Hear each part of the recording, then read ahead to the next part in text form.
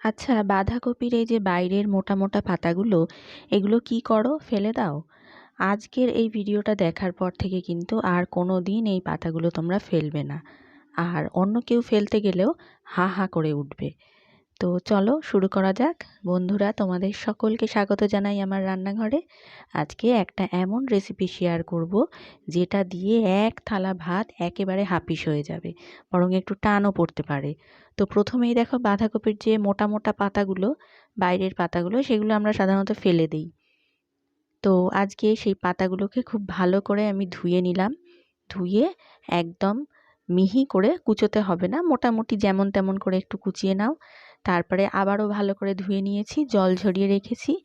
আর এদিকে সর্ষের তেলের মধ্যে দিয়ে দিয়েছি কালো জিরে আর দুটো শুকনো লঙ্কা। শুকনো লঙ্কাটাকে একটু ভালো করে মচমচে করে ভেজে নেব। এর মধ্যে দিয়ে দিয়েছি বেশ কয়েকটা কোয়া রসুন। এখানে 5 থেকে 6 কোয়া রসুন আমি দিয়েছি। এবারে দেখো, শুকনো লঙ্কাগুলোকে আমি তুলে নেব। একটু লাল লাল হয়ে গেছে পরে এটাকে আমি তুলে আলাদা করে রেখে দেবো, নাইলে এটা না নরম হয়ে যাবে। এটা একটু মচমচে রাখা দরকার। তো এবারে ওই তেলের মধ্যে দিয়ে দিলাম 1 মুঠো পেঁয়াজ কুচি। এখানে পেঁয়াজ নিয়েছি আমি মিডিয়াম সাইজের একটা।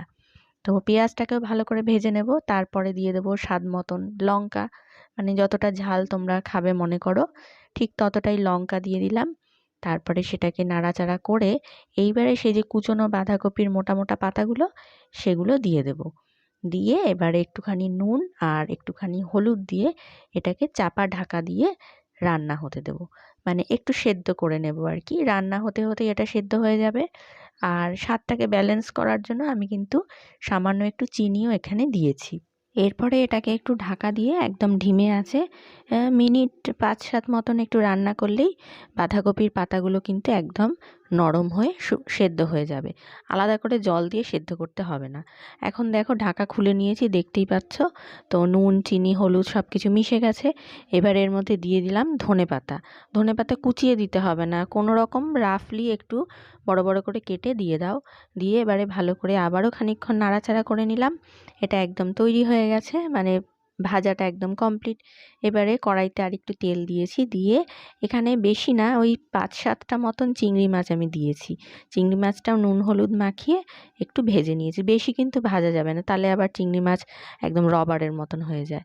তো হালকা একটু নাড়াচাড়া করে চিংড়ি মাছগুলোকে নামিয়ে নিয়েছি। তো এই হয়ে গেল ব্যাপার। এইবারে এই গোটা ব্যাপারটাকে আমরা দিয়ে দেবো একটা মিক্সিং জারের মধ্যে। এটার একটা পেস্ট তৈরি করব।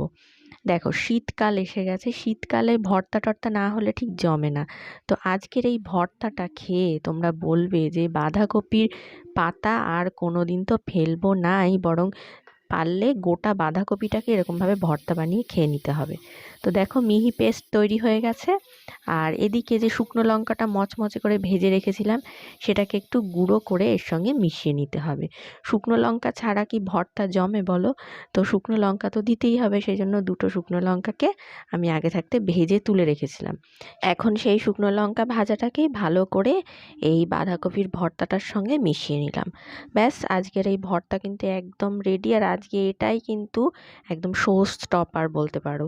মানে অন্য কিছুর দিয়ে আর হাত যাবেই না, এটা দিয়েই পুরো ভাত খাওয়া কমপ্লিট হয়ে যাবে। আমাদের বাড়িতে লিটারেলি কিন্তু সেটাই হয়েছে। তো আজকের এই রেসিপিটা যদি তোমাদের ভালো লেগে থাকে, লাইক, শেয়ার আর সাবস্ক্রাইব করতে একদম ভুলো না। পরবর্তী রেসিপিতে আবার দেখা হচ্ছে। ধন্যবাদ।